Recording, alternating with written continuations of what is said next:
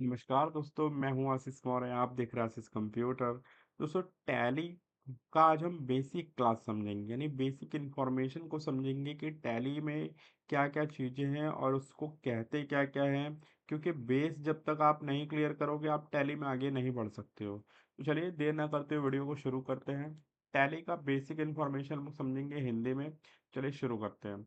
सबसे पहले आपको समझना है कि टैली क्या होता है, व्हाट इज टैली।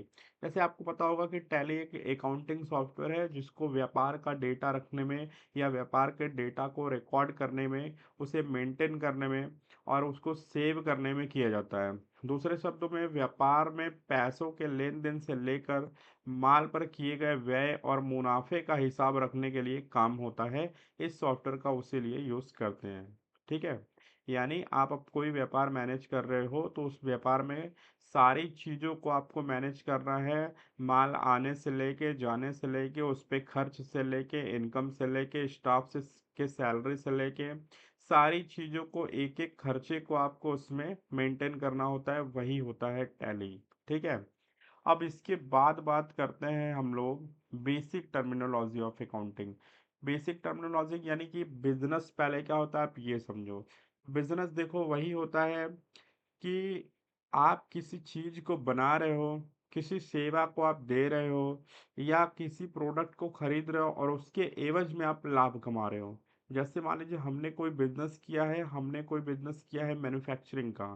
कोई कंप्यूटर मैन्युफैक्चर हम कर रहे हैं, कोई हम किसी प्रोडक्ट का मैन्युफैक्चरिंग कर रहे हैं। तो हमारा मेन मोटिव क्या है? मेन मोटिव ये है कि उस प्रोडक्ट को निर्माण करके हम उसके बदले में लाभ कमाएंगे। यानी लाभ कमाने के उद्देश्य से किया गया कार्य ही बिजनेस है। ठीक है। यह एक ऐसा काम है जिसमें लगातार कुछ करने और मुनाफे कमाने की कोशिश रहती है। कंपनी के जितने एम्प्लॉयज होते हैं, चाहे कंपनी का ओनर होता है, वो हमेशा यही सोचता है कि हमारी company day by day growth करे। क्योंकि कंपनी की ग्रोथ ही स्टाफ की ग्रोथ होती है। ठीक है। कंपनी आगे बढ़ेगी, स्टाफ आगे बढ़ेगा। बिजनेस छोटे से लेके बड़े पैमाने तक हो सकता है। आपको पता है कि मार्केट में स्मॉल बिजनेस भी चलते हैं और लार्ज बिजनेस भी चलते हैं। तो बिजनेस का कोई एक पैमाना नहीं होता है कि जो है बिजनेस का ये फिक्स पैमाना, ऐसा कुछ नहीं है। छोटे से छोटा बिजनेस 5,000 में भी स्टार्ट होता है, बिजनेस 5 करोड़ में भी स्टार्ट होता है। तो वो बिजनेस ही होता है। ठीक है। आगे समझते हैं। अब बिजनेस में कुछ चीजें होती हैं जिसको आपको समझना जरूरी है। बिजनेस में जैसे सबसे पहले एक चीज होती है संपत्ति। अब संपत्ति क्या होता है? बिजनेस में संपत्ति वही होता है कि जो भी चीज आप अपने व्यापार में रखे हो, अपने व्यापार को चलाने के लिए जिसके आप मालिक हो, वो आपकी संपत्ति है। जैसे व्यापार में आपकी मशीनें हो गई, व्यापार में आपकी जमीन हो गई, व्यापार में आपकी गाड़ियां हो गई। वो सब क्या है? वो सब हमारी संपत्ति है। व्यापार में हमारा माल हो गया जिसका हम ट्रेड करते हैं, वो सब सारा हमारा क्या है? संपत्ति है। संपत्तियां भी दो तरह की होती हैं। एक होता है फिक्स एसेट, दूसरा होता है करंट एसेट। जैसे इनके हिसाब से अगर हम देखें तो यहाँ पे एक सबसे मेन परिभाषा निकल के आ रहा है। संपत्ति वे मूल्यवान संसाधन है जो किसी व्यक्ति, कंपनी या संगठन के स्वामित्व में होते हैं और जिनका वर्तमान या भविष्य में आर्थिक लाभ प्राप्त करने के लिए उपयोग किया जाता है। और ये दो प्रकार के होते हैं। वही मैंने बताया कि जैसे संपत्ति वही होता है, यानी कि हमारा जिस सामान का ट्रेड कर रहे हैं वो हमारे लिए फिलहाल क्या है? संपत्ति है। और उससे हम लाभ कमाने के लिए उसका उपयोग करते हैं। अब मशीन ही जैसे हम अपने व्यापार में रखें तो मशीन हमारे लिए एक संपत्ति है। और मशीन को हमने व्यापार में रखा क्यों है? ताकि उससे प्रोडक्शन निकले, और प्रोडक्शन निकलने के बाद उस प्रोडक्ट को हम बेचेंगे तो उससे मुझे प्रॉफिट आएगा। ठीक है। तो ये हो गई आपकी संपत्ति। अब यहाँ पे संपत्ति दो तरह की होती है, करेंट एसेट्स और फिक्स एसेट। करेंट एसेट्स क्या होता है और फिक्स एसेट्स क्या होता है, उसके बारे में समझिए। करेंट एसेट्स को बोलते हैं चालू संपत्ति, और फिक्स एसेट्स को बोलते हैं स्थायी संपत्ति। करेंट एसेट्स वो होता है जिसका आप व्यापार करते हो, और फिक्स एसेट्स ये होता है जो आपके व्यापार को करने के लिए आई है, ना कि उसका व्यापार आप करते हो। जैसे सपोज कि हमारा एक कंप्यूटर का बिजनेस है, तो कंप्यूटर के बिजनेस में कंप्यूटर से रिलेटेड जितने सारे सामान होंगे, कंप्यूटर, माउस, कीबोर्ड, वायर, और एंटीवायरस, उसमें जितने भी कंपोनेंट्स हैं कंप्यूटर के जिसका हम व्यापार करते हैं, वो हमारे लिए हो जाएंगी करेंट एसेट्स, क्योंकि वो प्रोडक्ट हमारे व्यापार में आती और जाती रहती हैं, तो वो हमारे लिए हो जाएगा करेंट एसेट्स। तो फिक्स एसेट्स क्या है हमारे लिए? फिक्स एसेट्स वो होती है जिनका हम व्यापार नहीं करते हैं, बल्कि वो हमारे व्यापार में हमारे व्यापार को चलाने के लिए है। जैसे व्यापार में फर्नीचर, ठीक है, व्यापार के लिए जमीन, हमारा गुडविल, जैसे कि हम मार्केट में बहुत सारे क्रेडिटर को जानते हैं, बहुत सारे सेलर को जानते हैं जो हमसे सामान ले रहे हैं या जिससे हम सामान ले रहे हैं, तो वो होता है गुडविल। गुडविल भी हमारी एक स्थायी संपत्ति होती है।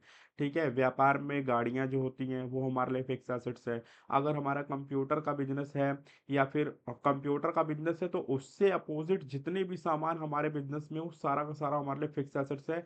चाहे वो लाइट हो गई, चाहे वो फर्नीचर हो गया, चाहे वो वैन हो गई, चाहे वो लैंड हो गया, चाहे वो ज़मीनें हो गई, चाहे फ्लैट हो गया, चाहे गोडाउन हो गया, वो सारा का सारा हमारे लिए क्या है? फिक्स एसेट्स है।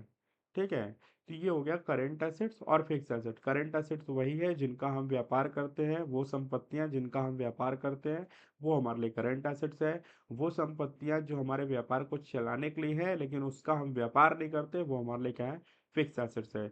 कई जगह पे फिक्स एसेट्स भी जो है करंट एसेट्स बन जाता है। जैसे एक फर्नीचर की शॉप में फर्नीचर भी फिक्स एसेट्स हो जाएगा, जबकि बाकी व्यापार में फर्नीचर फिक्स एसेट्स नहीं, अरे सो फर्नीचर फिक्स एसेट्स होता है, लेकिन एक फर्नीचर की दुकान में करंट एसेट्स बन जाए, क्योंकि वहां पे फर्नीचर का ही व्यापार किया जाता है, तो वहां पे करंट एसेट्स है। फर्नीचर को छोड़ के जितना सारा वो सामान रखे हैं वो उनके लिए फिक्स हो जाएगा। जैसे जमीन हो गया, वैन हो गई, ये सब सारी चीजें उनके लिए क्या है? फिक्स है। ठीक है, क्योंकि उन उस चीज का वो व्यापार नहीं करते हैं। अब यहाँ पे आता है लाइबिलिटीज। लाइबिलिटीज का मतलब होता है दायित्व। अब दायित्व क्या होता है? व्यापार में आपकी क्या क्या दायित्व हो सकती हैं? व्यापार में दायित्व हमारा ये होता है कि हम अपने गुडविल को बना के रखें। सेल, कोई सामान का अगर सेल्स ऑर्डर हमारे पास आया है तो वो ऑर्डर को टाइम पे डिलीवर करना। लोन का लिया हुआ पैसा टाइम पे चुकाना। अपने किसी क्रेडिटर, यानी अगर अपने कोई व्यापारी है तो व्यापारी को टाइम पे पैसा देना ताकि आगे वो माल दे सके। लोन का पैसा है तो उस पे ब्याज राशि जो बनती है वो चुकाना।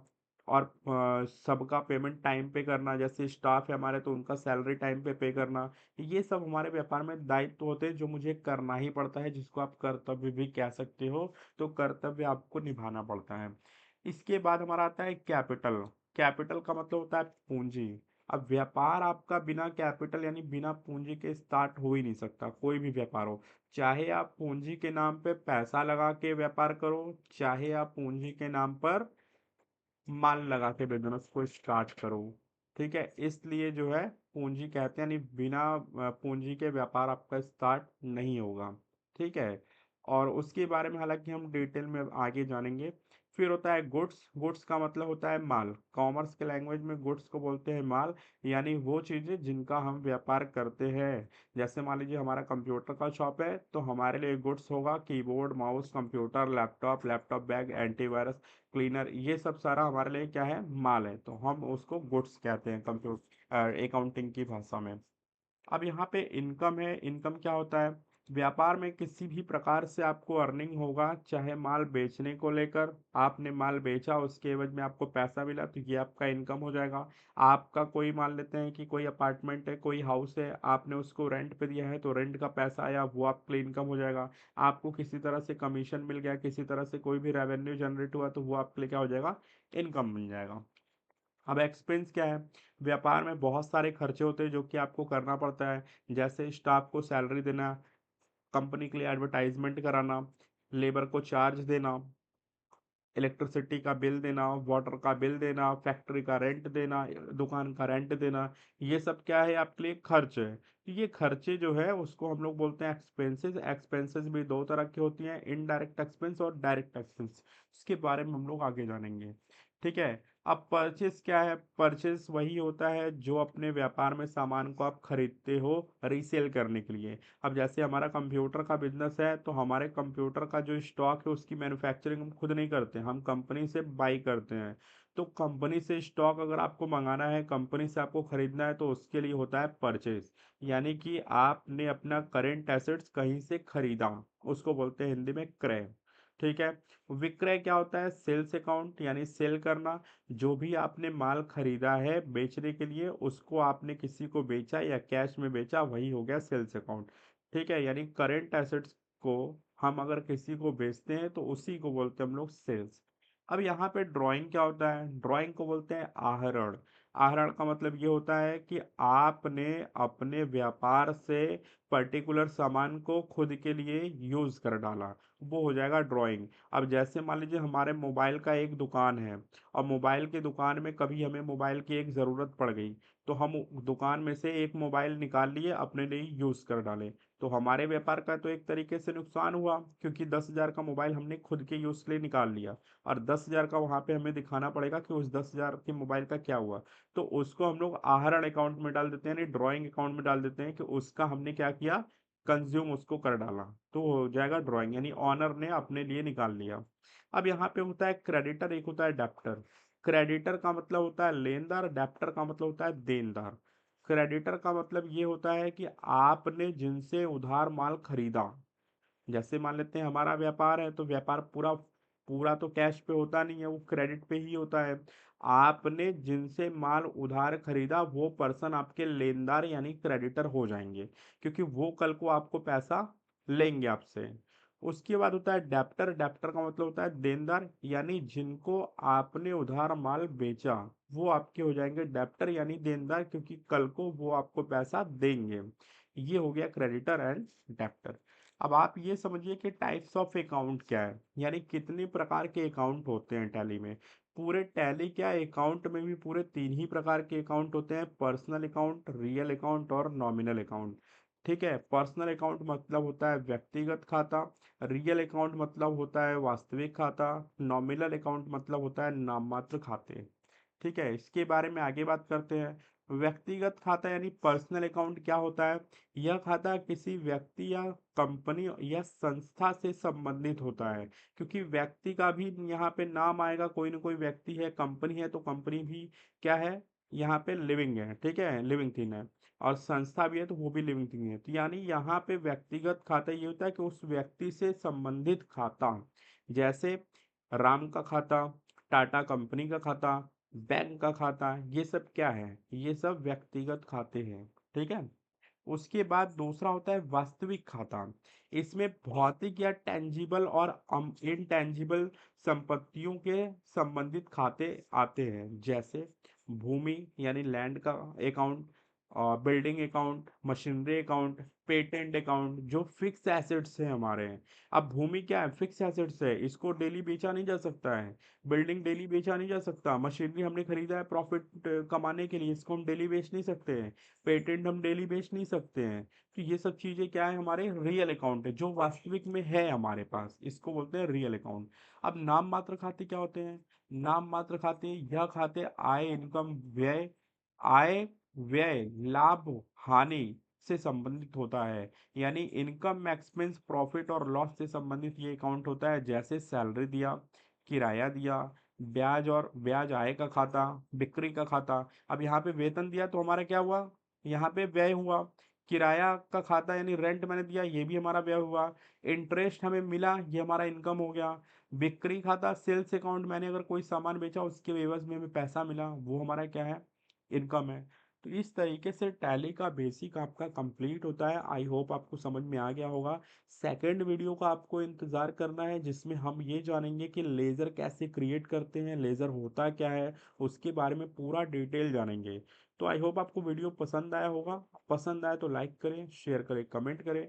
साथ ही ये ज़रूर कमेंट करते रहें कि आपको वीडियो में कोई प्रॉब्लम तो नहीं है। अगर प्रॉब्लम रहेगा तो उसके लिए मैं आपको अलग से एक वीडियो बना के दूंगा। तो चलिए इंतज़ार करिए, तब तक के लिए नमस्कार।